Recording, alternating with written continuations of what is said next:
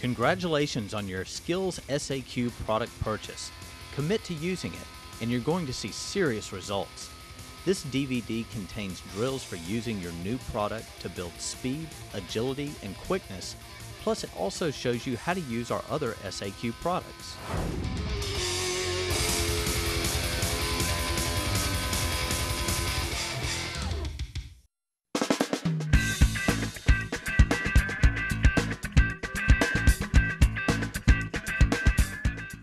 Have you ever wondered why athletes on the sideline don't have big soft couches to sit on when they're not playing? Or why some athletes choose to pedal on stationary bikes when they're not in the game? The answer is that athletes on the sideline don't want to get too relaxed or cool off too much before the coach throws them back in the action. Athletes want to stay loose and keep their core temperature raised in order to perform at their best. The same is true for practice. Athletes don't just walk out on the practice field and begin moving at full speed. There must be a period of warming up. And since the amount of time available for practice is often stretched thin, the time allotted for warming up must be as productive as possible. A dynamic warm-up requires the athlete to bounce around, creatively stretch their muscles, exercise balance and body control, and reinforce specific forms of proper movement technique. This type of warm-up routine also awakens an athlete's mind for the upcoming workout. By conducting a better warm-up routine, you will accomplish more in your practices and be better prepared for your games. So don't begin your next practice by sitting your athletes on the ground. Instead, kick it off by implementing a handful of the following drills on this video. To loosen the upper body, athletes will perform arm circles. In this exercise, the athlete will circle their arms from front to back, flexing all the muscles in their upper body and trying to keep their elbows together as long as possible. Athletes should progress forward slowly enough to complete about 4 to 5 circles in a 10-yard distance. Athletes should remain on the front of their feet and bounce through the entire movement rather than walk. After the athlete has performed the movement for 10 yards, he will then jog for another 10 yards. Arm circles can also be performed by circling the arms in a backwards motion as shown here. Quad walks require the athlete to take a step, grab his ankle, and pull his leg backwards. Once the athlete has pulled his leg back, he then balances on one leg and pushes his hips forward. The leg is then released and the motion is repeated with the other leg. This exercise targets flexibility in the front of the thigh and in the hip flexors. As with the other drills, after the athlete has covered 10 yards performing quad walks, he then jogs an additional 10 yards. When performing shin grabs, an athlete should maintain an upright posture, grab their shin, and pull it deep into their chest. Pulling the body into this position and then holding the position for a second requires tremendous flexibility and body control. As athletes hold this position, they should also aim to support all of their weight on the front of their foot and not on their heel. After pausing at the top of the motion, the athlete will release their leg, step forward with it, and then repeat with the other leg. Russian walks target hamstring flexibility, and athletes should keep their legs straight at all times during this drill. As one leg kicks straight in front of the body, the other leg should remain straight and the athlete should maintain an upright posture. The athlete should aim to kick as high as possible, but not at the expense of bending the knee. As the athlete walks, his arms should be extended with his hands above his head. When the leg is fully extended in front of the body, the athlete will reach out and touch his toes with the opposite hand. Notice that the leg kicks out straight in front of the athlete's body and that the hand reaches over and touches the leg. Athletes should avoid doing the exact opposite and kicking the leg across the body, because this is more likely to cause the athlete to twist away from the direction they are trying to travel. As a good habit, athletes should always focus on keeping their nose, shoulders, and hips pointed at their desired destination.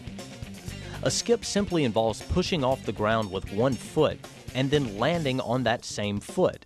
This is a very basic movement, but a startling number of athletes have trouble doing it. A-skips focus on rhythm and correct sprint angles. Key points to a successful A-skip include an upright posture, 90-degree bend at the elbows, thighs brought parallel with the ground, and toes pulled towards the shins. It is important that an athlete be able to smoothly perform the rhythmic motion of A-skips because it mimics much of the positioning needed for high-speed, efficient sprinting. After performing A-skips for 10 yards, the athlete then jogs freely for another 10 yards. The backwards open hip skip focuses on rhythm and aims to loosen the hips and groin. Here the athlete will lift their thigh parallel to the ground in front of their body and then rotate it open as they step backwards. As the athlete steps backwards, they should imagine that they are stepping over a small hurdle. As with all speed training exercises, athletes should keep all of their weight on the front of their foot and keep their heels off the ground. By keeping their weight on the front of their feet, athletes will more easily fall into a rhythm that allows them to smoothly perform this challenging exercise. Over and under the fence is an exercise designed to loosen the hips and groin for lateral movement and change of direction speed.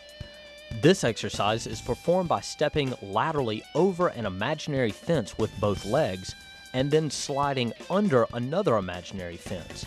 Note that the athlete's feet never cross at any point during this drill. As athletes step over the imaginary fence, they aim to step as high as possible, thus striving for maximum range of motion in the hips. Similarly, as the athlete slides under the imaginary fence, they should step as wide as possible and sink as low as possible to fully stretch the groin and hamstrings. When performing the lunge and twist, the athlete will step forward with his right leg and sink down until the opposite knee comes within about an inch of the ground. Once in the lunge position, the athlete will rotate his left elbow towards his right knee. This is an unstable position requiring strength, flexibility, and balance. From this position, the athlete will step through with the left leg all the way from the trail position to the lunge position. This should all be done in one motion, and additional steps should not be taken in between. The inchworm begins by placing the athlete in the up position of a push-up. From here, the athlete walks his feet up towards his hands. The athlete should aim to keep his hands in contact with the ground while he is walking his feet forward. Once the athlete's feet make it to his hands, the athlete then walks his hands away from his feet until he ends up back in the starting position. This process continues until the athlete has covered 10 yards. Athletes should attempt to keep their hands flat on the ground during the entire repetition and to walk their feet all the way up to their hands without bending their knees. Achieving this goal is not easy, but athletes will come closer and closer as they develop more flexibility in their lower back, hips, and hamstrings.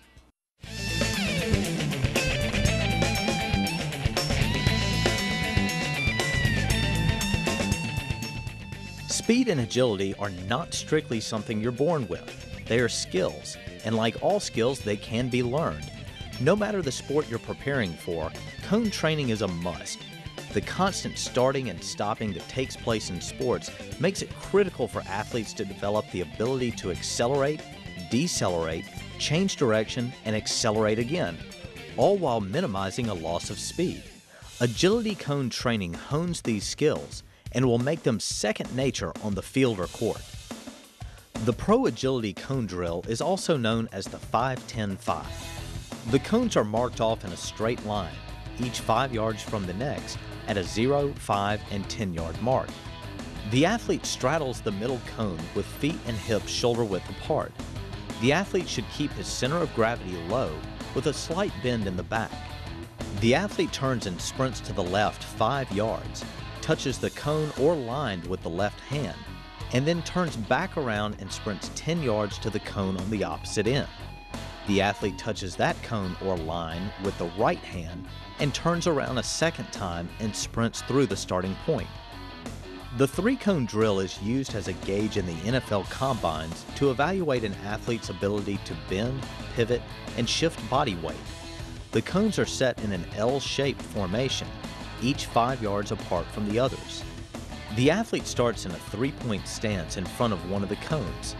The athlete starts by sprinting 5 yards to the second cone, turns around and sprints back to the starting cone. The athlete then turns around and heads back towards the second cone, runs around it, and then cuts towards the third cone. The third cone is circled and the path around the second cone is retraced back to the starting point.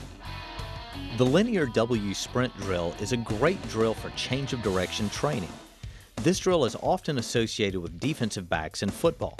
5 to 7 cones are spaced into the shape of a W, each approximately 5 yards from the next. The athlete begins in an athletic position with a low center of gravity. He starts at the first cone and backpedals towards the second cone. At the second cone, the athlete plants and brakes in a forward sprint towards the third cone, and the sequence is repeated until complete. Lateral W slides are designed to combine lateral movement and change of direction. The cones are once again set in a W configuration. The athlete begins at the first cone and slides laterally around each successive cone, always facing towards the final cone. The goal is to maintain proper push-pull lateral mechanics and to change direction as quickly as possible at each cone. This drill is a variation of the lateral W slide that incorporates a sprint within the slide mechanics. The cones are set up in a W formation and the center is spaced with approximately a 10 to 12 yard void. The lateral W slides are performed just as stated earlier, but between the void the athlete incorporates a linear sprint. This helps the athlete transition from a lateral position to a linear position of explosion and vice versa. The cones are configured in a figure 8 formation. 2 circles 3 to 4 yards wide are constructed using at least 4 cones. The athlete slides laterally by beginning at the top of one circle facing towards its center. The athlete navigates the circle while continuing to face center. At the intersection of the circles, the athlete transitions from facing the center of one circle to facing away from the center of the second. The athlete then navigates around the second circle and transitions back again at the intersection to the first circle. Change direction of the lateral movement with each set.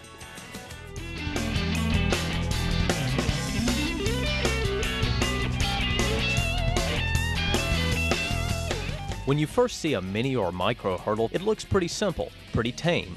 However, the hurdle is one of the best tools available for training a variety of athletic movement skills. Drills can be conducted with the hurdles that positively affect linear speed, lateral speed, change of direction, and jumping. Hurdles are available in many different shapes and sizes, but generally speaking, you will find most companies carry a 6-inch hurdle or a 12-inch hurdle. For many of the drills on this video, the size of the hurdle is irrelevant. In fact, oftentimes we use a mix of both sizes within a single drill just to give the athlete a little extra variety to deal with. However, with that being said, here are a few guidelines to consider when choosing hurdle sizes. First, when conducting drills in the linear speed section of this video, an athlete should be able to clear the top of the hurdle by at least 6 inches when standing with his thigh parallel to the ground, knee bent at a 90-degree angle, and his toe pulled towards his shin. Any less than this, and the athlete should choose a smaller hurdle. Second, when an athlete moves laterally, his feet stay relatively close to the ground. Thus, when performing drills from the lateral speed section of this video, the micro hurdle is usually the best choice. Finally, anytime the athlete has trouble with a drill for any reason, the height of the hurdle should be decreased. Oftentimes, the athlete begins to focus more on clearing the hurdle than the technique of the drill. When this happens, simply use a smaller hurdle or no hurdle at all until the athlete gets comfortable with the drill. This drill is called the sprint progression. It involves 3 levels and is designed to mimic the increase in stride length that takes place during a sprint. The first level of this drill requires 10 hurdles to be set up in a straight row. The distance between the hurdles should be equal to approximately 1 walking stride of the athlete. The athlete will choose one of his legs to be the lead leg and then will sprint through the hurdles. In other words, the athlete will always lead over each hurdle with the same leg. In this demonstration, the athlete is leading with his left leg.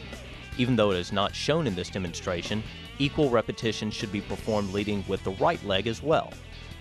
When the athlete has become comfortable with level 1 of the sprint progression drill, he can then move on to level 2. This involves taking the final 7 hurdles and increasing their spacing to a distance equal to 2 walking strides of the athlete. The athlete now runs through the hurdles just the same as before, driving the knee of his lead leg over each hurdle, maintaining an upright posture, and keeping his upper body in rhythm with his lower body. However, when the athlete gets past the first 3 holes, he must now increase his stride length. Note that the athlete is not allowed any additional steps to get through the longer holes. The idea is for the athlete to smoothly transition from using short, quick strides in the first 3 holes to using medium-length, quick strides in the final 6 holes. The third and final level of the sprint progression drill involves taking the last 3 hurdles and increasing their spacing to a distance equal to 4 walking strides of the athlete. The same technique of sprinting through the hurdles and leading with the same leg applies in this configuration as well. The athlete now has 2 points where he must increase his stride length to keep up with the spacing of the hurdles.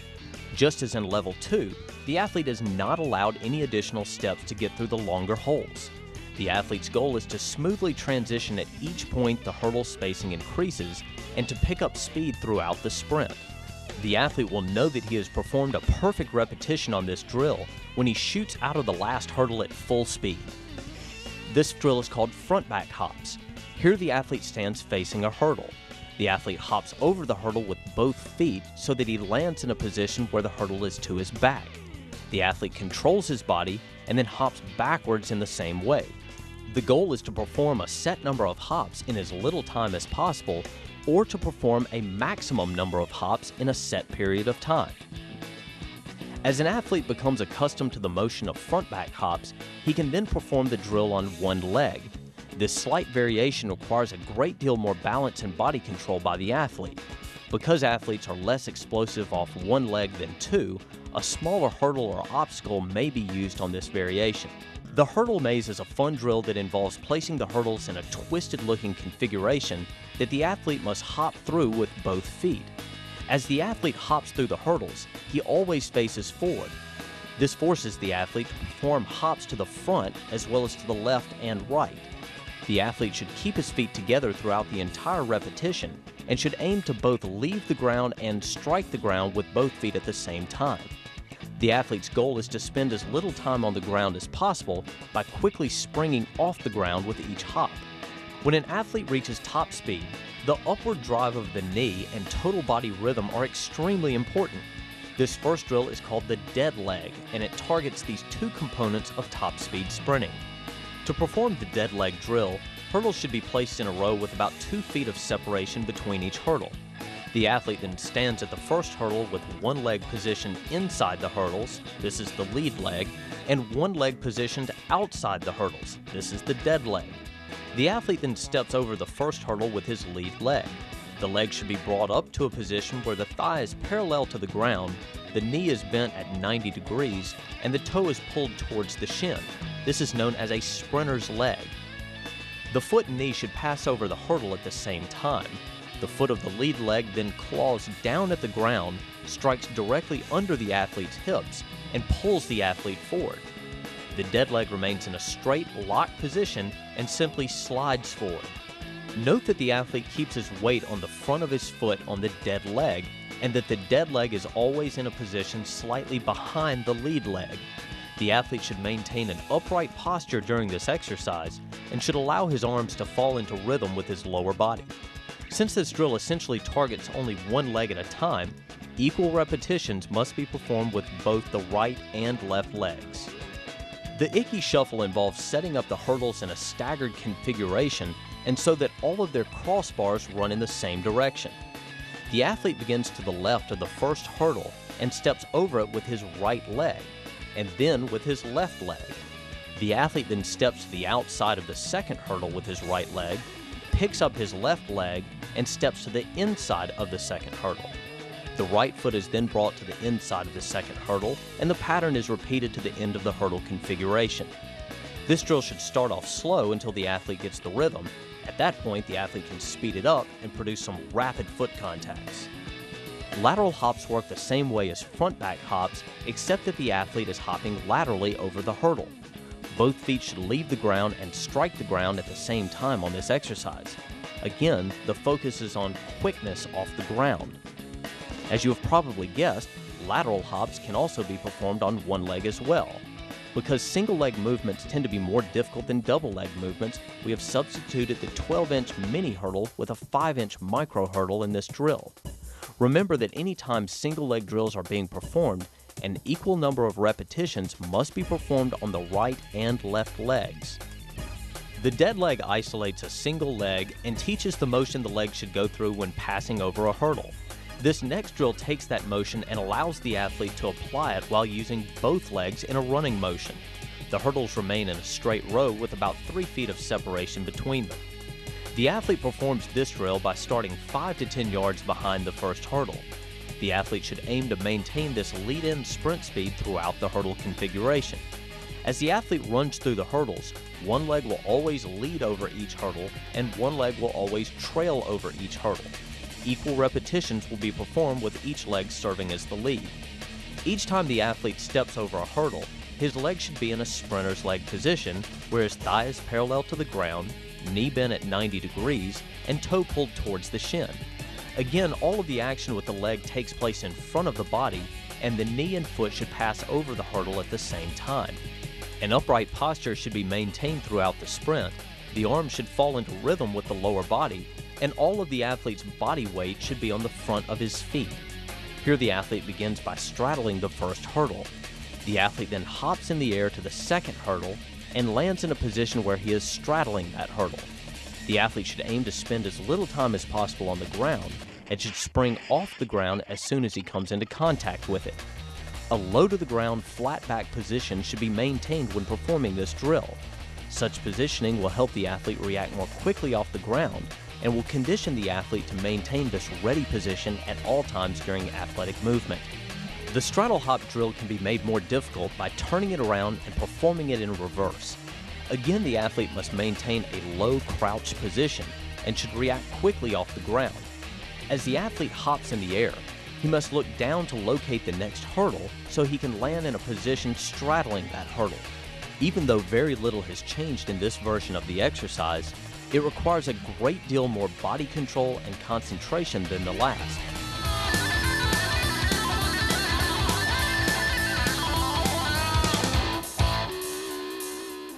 The ladder develops total body rhythm, coordination, and quickness by implementing hundreds of different foot patterns. As you implement the teachings from this video into your training routine, you should strive to follow 3 basic rules. First, master the basic drills in each category before progressing to the more difficult drills. Second, as you perform each repetition, view the ladder in thirds and switch gears with each third. This means going slow enough in the first third to create a perfect rhythm and motion. In the second third, you should accelerate the perfect motion from the first. The final third is where you aim to reach top speed. Your goal is to never mess up and hit the ladder, but if it's going to happen, it should happen in the final third where you're really trying to step on the gas. Finally, as you move through the ladder, listen to your feet. Because each drill has its own unique pattern, it also has its own unique sound and beat. Concentrate on this sound and making it gradually increase in tempo. By following these 3 basic rules, you will ensure that you get the most out of your ladder training. On this first drill, the athlete alternately places one foot in each hole and concentrates on maintaining an upright posture. It is essential that the athlete learn to keep the backward snap of the elbow in sync with the feet. As the right elbow drives back, the right knee drives forward, and vice versa. Like with all drills on this video, only the front portion of the athlete's foot strikes the ground. 2-foot runs is performed exactly the same way as 1-foot runs, except that both feet must now land in each square. Motions here are shorter and faster than those used in 1-foot runs. Be sure to perform equal repetitions leading with your right and left foot. The most basic lateral motion drill is a lateral run. In this drill, both feet land in each square before moving on to the next square. It is of utmost importance that an athlete keep their shoulders in a position parallel with the sides of the ladder. By maintaining this position, the athlete is capable of reversing their movement from left to right. Athletes that begin to open their shoulders towards the direction they are moving leave themselves vulnerable to a cutback by the offensive player. As with all lateral drills, make sure you give equal attention to performing reps both to your left and right. The cross-country skier drill requires lateral balance and nimble feet. For this drill, the athlete begins with the lead foot in the first square. and the trail foot directly behind and outside the first square. The feet quickly switch places, and then the athlete moves to the second hole and repeats. As with all lateral drills, the athlete should aim to keep his shoulders locked in a position parallel with the sides of the ladder. This version of hopscotch, the athlete starts with both feet inside the first hole, and then hops forward and lands with a foot on either side of the second hole. This pattern is repeated through the entire length of the ladder. The athlete should concentrate on maintaining a low center of gravity, especially as the speed of the hops increase. Straddle hops place the athlete in a low, wide-based defensive position. The athlete should pretend he has a board between his ankles that keeps the feet locked in approximately 2 feet or more of separation. Contacts with the ground should be light, quick, and only involve the ball of the foot. As with all drills in this section, the athlete should spend as little time as possible on the ground in between each hop. Jump cuts are great for any athlete that competes in a sport that requires the ability to cut on a dime. The athlete's feet are kept together and alternately hop in and out of the ladder. The knees should be bent to absorb shock, and a slightly crouched position should be maintained at all times. The Crazy Climber drill helps athletes develop a quick rebound off the ground and also enhances hip flexibility and rhythm. An athlete performing the Crazy Climber should keep his feet locked in approximately an 18-inch separation. When hopping, both feet should hit the ground at the same time, and the hips should be on a constant swivel. Notice that the athlete always pivots off the foot on the inside of the ladder, and that the athlete's upper body generally remains pointed towards the end of the ladder. When performing the buzzsaw, the athlete begins in a lateral position behind the first hole of the ladder. The athlete then steps into the first hole with the lead foot and then into the hole with the trail foot. The athlete then exits the hole by stepping out with the lead foot and then stepping out with the trail foot. The athlete should enter and exit each hole of the ladder with both feet before moving on to the next hole. This one is called a linear trail whip. Linear because the athlete is moving forward, and trail because the whip leg is behind the athlete. Here the athlete moves in a linear path and keeps the lead leg inside the ladder and hits every hole. The trail leg stays outside the ladder and alternately whips from side to side behind the athlete's body. The athlete's shoulders should stay aimed towards the end of the ladder throughout the repetition, and only the hips should rotate. This exercise requires a lot of rhythm and hip flexibility.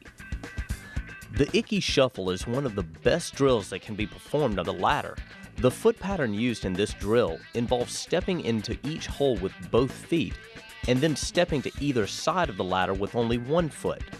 Because this is such an important drill, we encourage athletes to take this one slow and really master it before moving on. Once the athlete masters the basic pattern of this drill, lightning speed can be achieved by concentrating on speeding up the sound of the feet.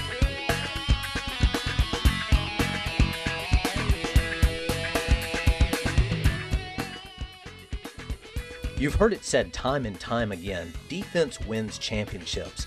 There's a lot of truth to this statement, and that's why the lateral resistor is such an important training tool. The product consists of 2 padded ankle cuffs connected by a flexible rubber tube. The product is designed to strengthen the muscles responsible for lateral movement and designed to teach athletes proper technique for defensive positioning. By mixing this product into your training, you will develop smothering defensive skills and will make it extremely difficult for your opponent to put points on the scoreboard. Since this product is primarily a device used to train lateral speed, it is important that an athlete first understand the proper mechanics for moving laterally. When moving laterally, the athlete should always be in a low, flat back position. Staying low by bending at the knees and waist will keep the athlete's center of gravity in the right place for changing direction. The athlete's feet should always be positioned shoulder width or wider. This positioning will allow movement to the right or left at any time. Conversely, as soon as an athlete's feet move inside his shoulders, he is far less powerful in his lateral movements and often completely unable to push to his left or right. As an athlete moves laterally, the trail foot pushes against the ground and the lead foot pulls against the ground. This combination of these two motions results in the quickest, most efficient lateral movement. Also notice that proper lateral movement requires that one foot always be kept on the ground. As long as one foot is in contact with the ground, the athlete can redirect his movement. If an athlete begins hopping in his lateral movement, then there will be times that the athlete's body is completely airborne and thus helpless in reacting to subsequent changes in movement by his opponent. In this first and most basic drill, the athlete simply covers a predetermined distance while using proper lateral movement technique and wearing the lateral resistor. A variation of the last drill is for the athlete to slide laterally and then change direction when a coach or training partner gives a verbal command. The athlete should use proper lateral movement technique and slide in one direction until the coach says switch. The athlete must react off this command and begin sliding in the opposite direction. The change in direction causes the athlete to efficiently reverse the roles of his feet. The trail leg that was pushing now begins pulling as the lead leg, and vice versa. The athlete should focus on reacting to the coach's command and not jump the gun by guessing at when the command will be given. Back stabs are performed the same way as front stabs, except that the athlete moves in reverse. This version of the drill also requires more hip movement than front stabs. Here, each step also involves the athlete quickly and fluidly opening his or her hips and shoulders in the direction of each step. This type movement mimics a defensive athlete who is giving a little ground before digging back in to slide and mirror the advancing offensive player.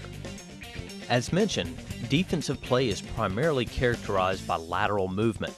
However, running a close second is an athlete's ability to quickly step at 45-degree angles. Oftentimes, it is a quick first step that puts an athlete in a position to slide laterally and mirror the movements of an offensive player.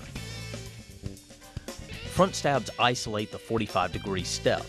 The athlete should begin in an athletic position with knees bent, shoulders over the knees, back flat, and weight on the balls of the feet. Each step should be 2 to 3 feet in length and at a 45-degree angle. The athlete must make each lead step as quick and as powerful as possible to overcome the resistance of the flexicord. Once the lead foot has come back into contact with the ground, the trail leg then snaps beside the lead leg to put the athlete back in the starting position. The athlete then repeats the motion in the other direction with each leg reversing in its respective role. Because the resistor is a device that overloads the lower body with resistance and assistance, it is important that a contrasting free repetition be performed next. Backstabs can also have an extra step added to create double backstabs. Again, an excellent technique is to have a coach or training partner command the athlete to switch back and forth between the motions of backstabs and double backstabs during a set. Such a technique teaches athletes to adopt proper lateral defensive positioning as second nature while they focus on the separate task of reacting to the commands of the coach. Everyone has played the game of dodgeball. It's pretty simple. Someone throws balls at you and you try not to get hit. This classic game can be enhanced by strapping a resistor around the ankles of the athlete. Here we have 2 cones spaced about 4 to 5 yards apart and an athlete placed in the middle. A coach or training partner with a dozen tennis balls is placed 4 to 5 yards in front of the athlete. The coach initiates the drill by quickly throwing the tennis balls between the cones. The athlete may move between the 2 cones using only proper lateral movement technique. The athlete's goal is first to prevent the balls from hitting his feet, and second, if possible, to move so the balls pass between his feet.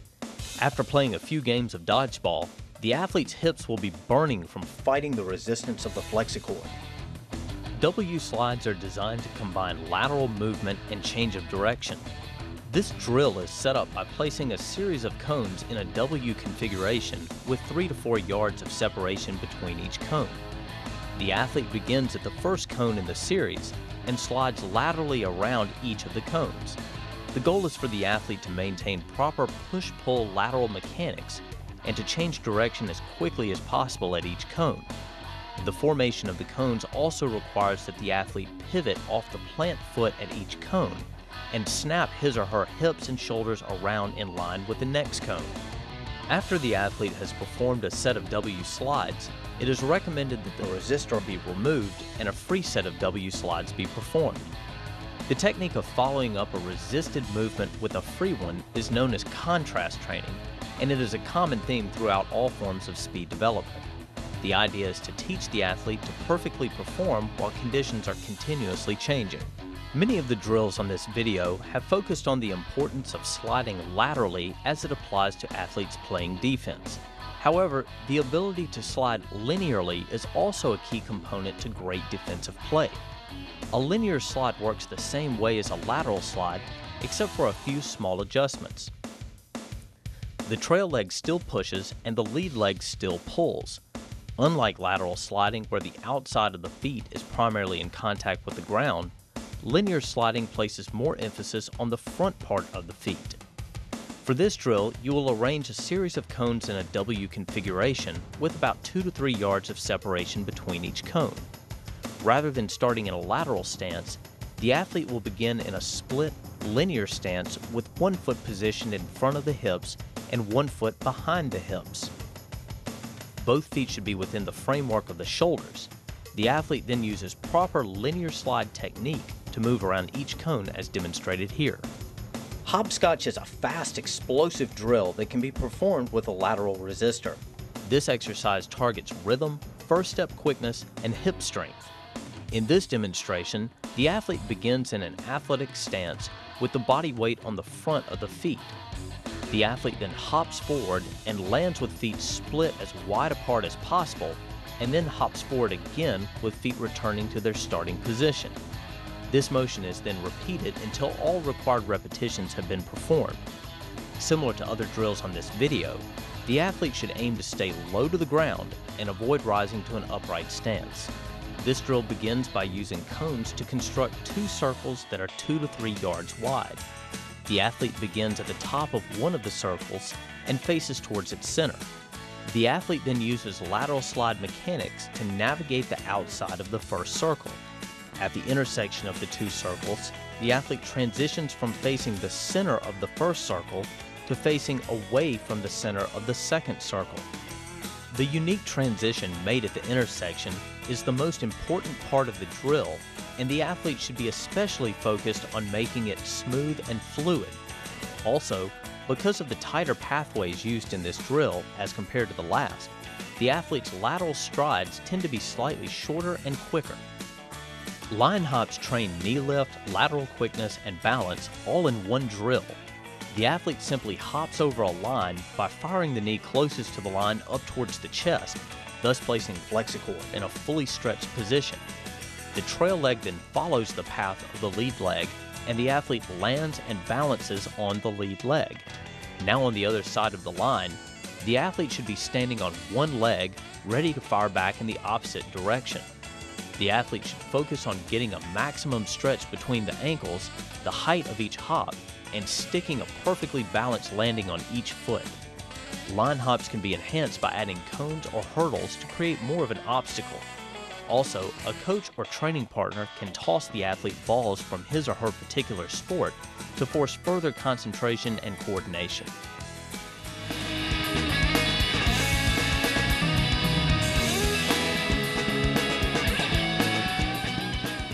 Just like other phases of a sprint, resistance can be used to train top speed as well. Because of the nature of top speed sprinting, a lighter resistance is needed. And the absolute best tool for this type of resistance is a parachute. A parachute allows the athlete to relax and maintain the upright posture associated with top speed sprinting. Athletes will typically perform parachute sprints in distances of 50 to 100 yards. Athletes should concentrate on smoothly accelerating to about 3/4 speed, and then concentrate on maintaining that speed for the duration of the sprint. Athletes will accomplish this by relaxing while they run, lifting the knees to waist height, and concentrating on the clawing motion with the lower leg that pulls them forward. The light resistance of the parachute is just the right amount to help condition these critical movements that come into play in the second half of the 40-yard dash.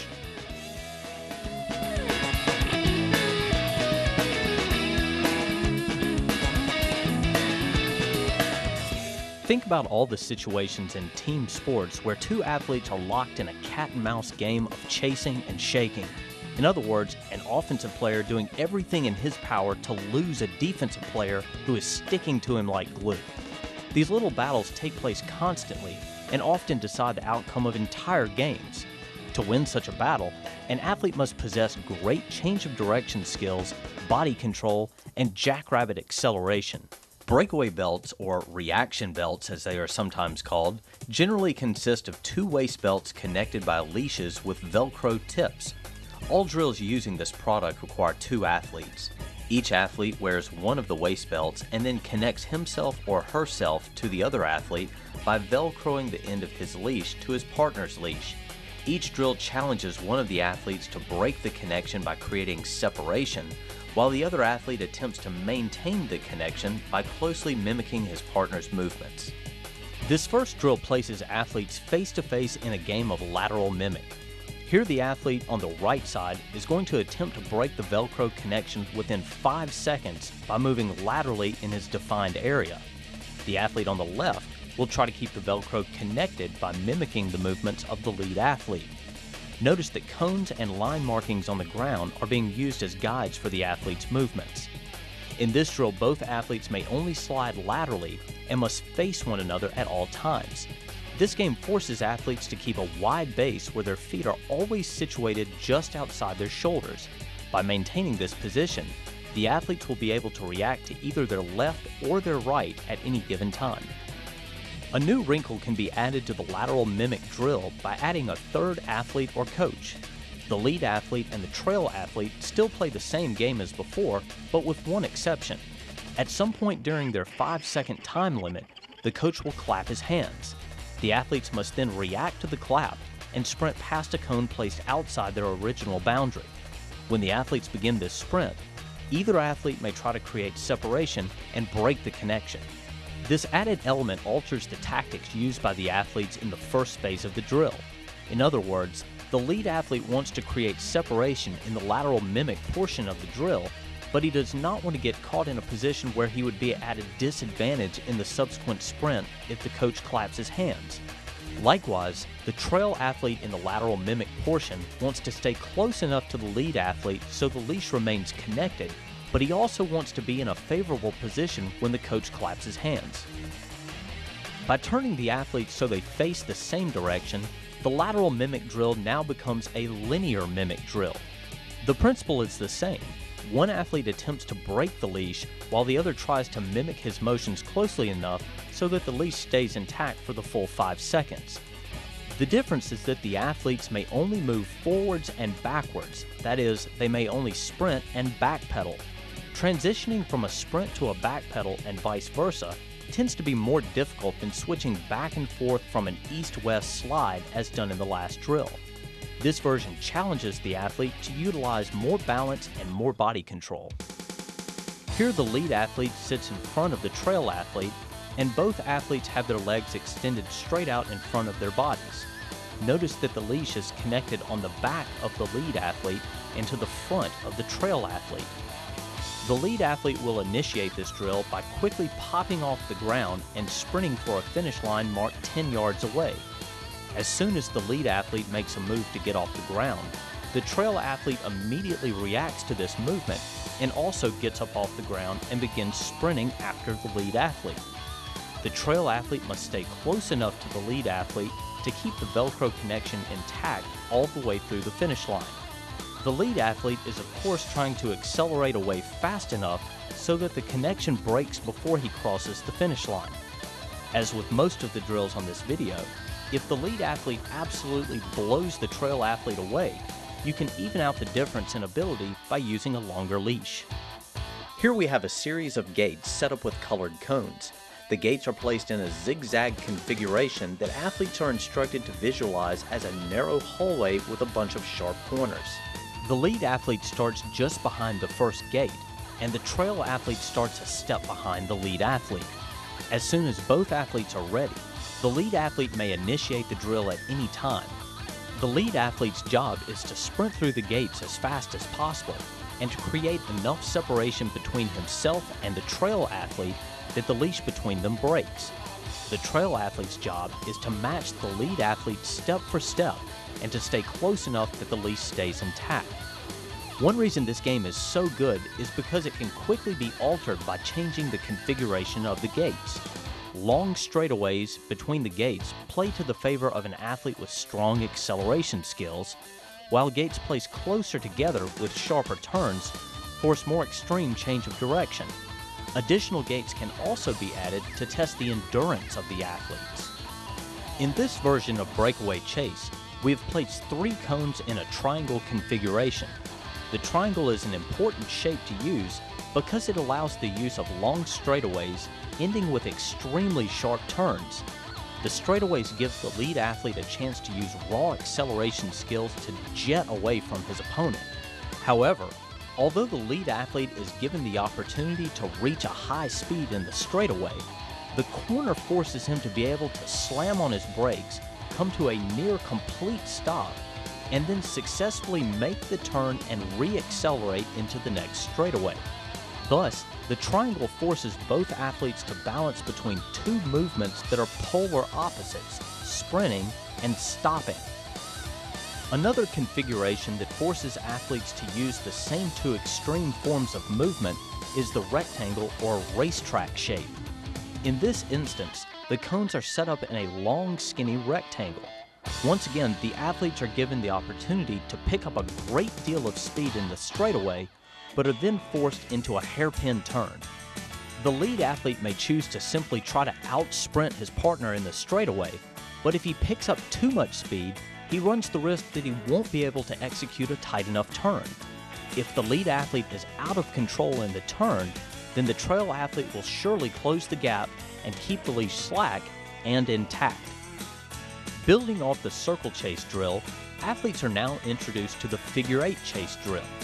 This is set up by using cones to mark off 2 circles, each approximately 3 yards wide, and set up 1 yard apart. The lead athlete begins at the bottom of the 8, and the trail athlete begins a step behind him.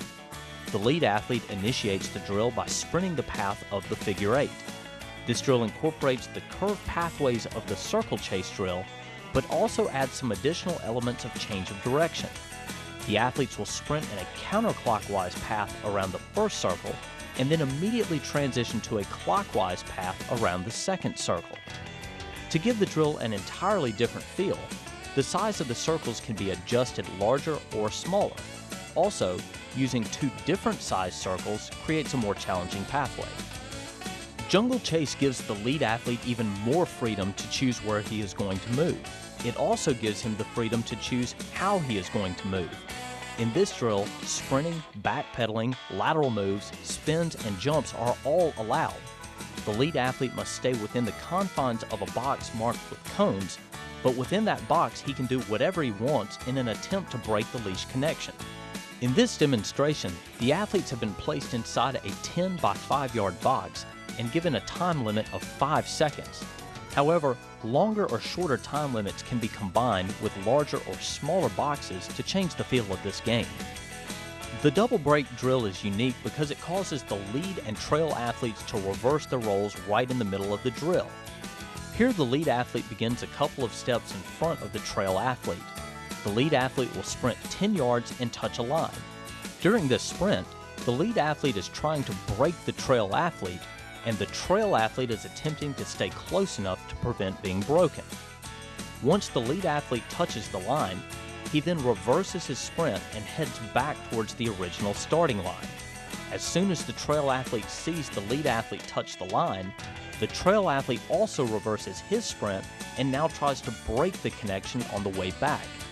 Remember that you want each of your breakaway games to be as evenly matched as possible. So if you have 2 athletes of different abilities, try adjusting their starting positions or the length of the leashes until you get a matchup that is challenging to both of them.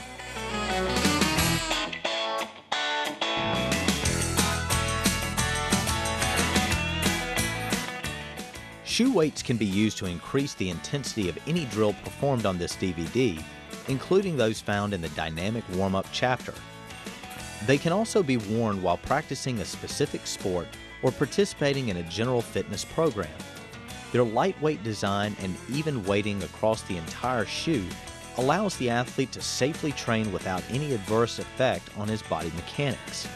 By adding the weights to a specific set of drills and then quickly removing them to perform the exact same drills immediately afterwards, athletes will be able to fire their feet more quickly, making them feel faster and more confident in their movements.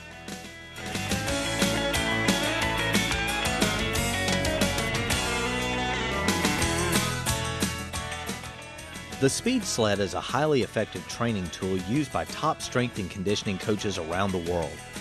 The speed sled safely builds power and functional strength through various resisted running techniques designed to increase acceleration and improve 40-yard dash times.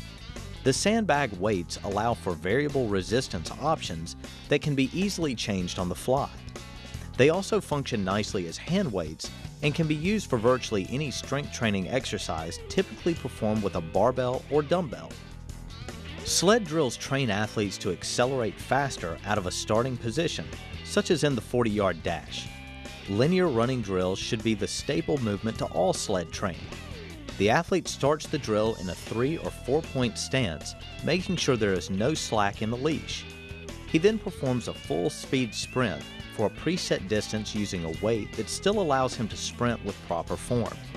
When sprinting, the athlete should be in a good forward lean position, have his arms bent at a 90-degree angle, and maintain good knee lift throughout the drill. It's important to start out light and master the mechanics before increasing the weight. Back pedal sled drills are used to build both leg strength and endurance. The back pedal does not require the same amount of force as a forward running drill, therefore less weight should be added to the sled. The drill is a simple back pedal with short, choppy steps. The drill is started by pushing off from the front foot.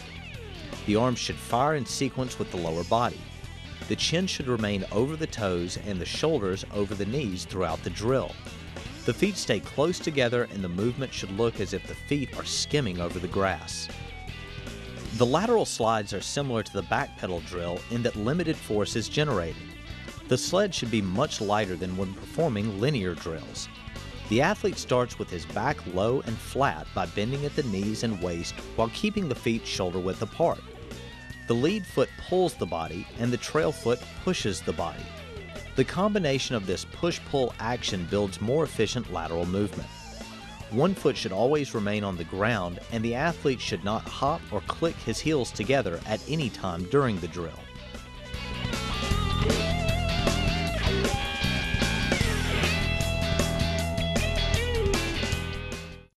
The Viper is an outstanding training aid, but it is also one that requires athletes and coaches to practice certain safety precautions at all times. First, under no circumstances is the Viper designed for horseplay. Many of the drills conducted with the Viper involve stretching the 8-foot flexicord. The tension that is placed on the Viper's flexicord is capable of numerous unique training benefits, but it is also capable of causing injury if misused. Coaches and athletes using the Viper must understand that they are engaged in serious training and not casual play. Second, the Viper's flexicord is 8 feet long and is designed to be stretched to a maximum distance of 20 feet. Overstretching the flexicord could cause the flexicord to rupture or could cause components of the belt or handle attachment to break due to excess force. To avoid unintentional overstretching, cones marking the maximum stretch limit should be used at all times. It should be noted that some Viper drills cover more than 20 feet, but in such circumstances, the anchor athlete is moving with the athlete being trained so that separation is never more than 20 feet.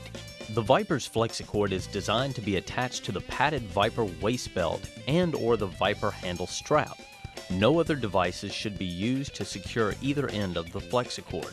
When attaching the flexicord to the waist belt, only one end of the flexicord should be attached to any of the individual metal rings at one time.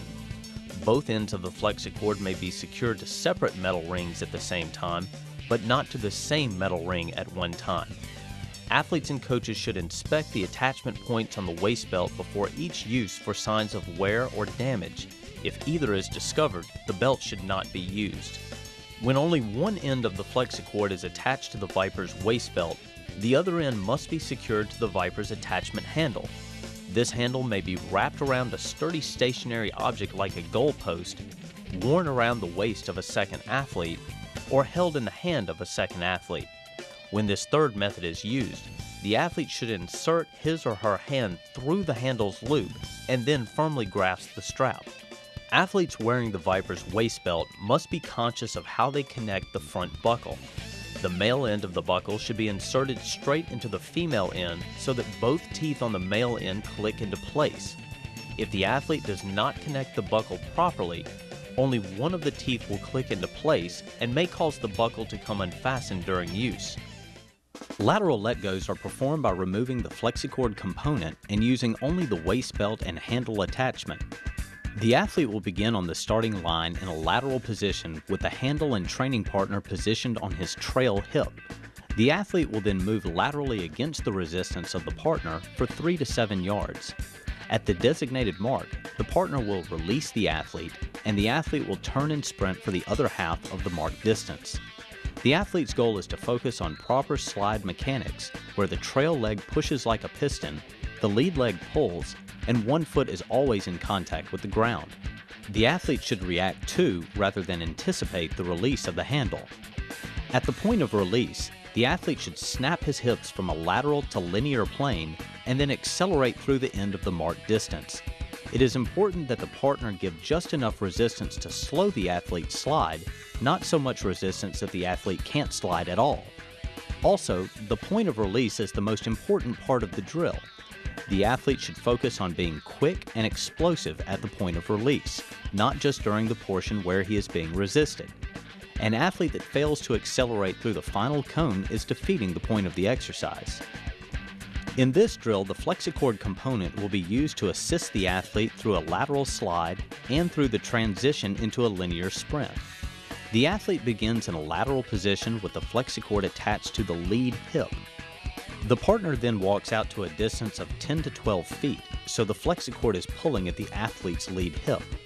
The athlete will initiate this drill by beginning the lateral slide motion. The partner will then begin to move so the distance between the two is maintained while the athlete is moving. At the halfway mark of this distance, the athlete turns and sprints through the final cone. As with all lateral drills, it is important that the athlete perform equal repetitions to the left and right. To play lockdown defense, an athlete must be able to quickly move both to the left and right and be able to smoothly transition between the two. Performing lateral W slides with the resistance and assistance of a flexicord is the perfect training mechanism for developing this skill. Lateral W slides are performed by setting up a series of cones in a W configuration with 2 to 3 yards of separation between each cone. The athlete begins at the first cone with the flexicord on his hip and the training partner spaced about 10 to 12 feet away so the flexicord is slightly stretched. The athlete performs the drill by sliding laterally around each cone in the W configuration. The partner moves with the athlete so the flexicord remains consistently stretched to the athlete's side during the entire repetition. The box drill is one of those exercises that is so fun athletes forget just how hard they are working. This drill is set up using cones to create a square that is 3 to 5 yards wide. The athlete is placed in the middle with the flexicord connected to his left or right hip. A partner anchors the flexicord to provide resistance. A second partner is positioned in front of the athlete with a dozen tennis balls. The drill begins when the partner begins tossing tennis balls inside the square. It is the athlete's job to keep the square clean of any debris. To accomplish this, the athlete must sprint to all 4 corners of the square, stop, change direction, and react to the movement of the tennis balls. As the athlete moves, he is resisted and assisted by the pull of the flexicord. In this example, the partner anchoring the flexicord is moving around the box during the repetition. This causes the direction of the flexicord's pull to change throughout the repetition and forces the athlete to quickly compensate for the changes as he moves. Athletes often have to sprint forward, stop, and then transition into a back pedal. The linear W sprint uses flexicord to isolate and train this motion. This drill involves setting up cones in a W configuration with about 5 yards of spacing between each cone. The athlete attaches the flexicord to either the front or back of the belt, and a partner anchors the other end of the flexicord 10 to 12 feet away from the athlete. The athlete initiates the drill by sprinting to the first cone in the series. The athlete then plants at the cone and backpedals to the cone behind it. As the athlete switches between sprinting and backpedaling, the flexicord is alternately applying resistance and assistance. Note that the placement of the flexicord on either the front or back of the belt will determine whether resistance or assistance is applied to each phase of this exercise. Lateral W sprints require setting up 5 to 7 cones in a W configuration with 5 to 7 yards of spacing between each cone. The athlete then sprints through the cones in a zigzag pattern. As the athlete sprints towards the flexicord, he will be assisted, and then will be resisted when sprinting away from the flexicord.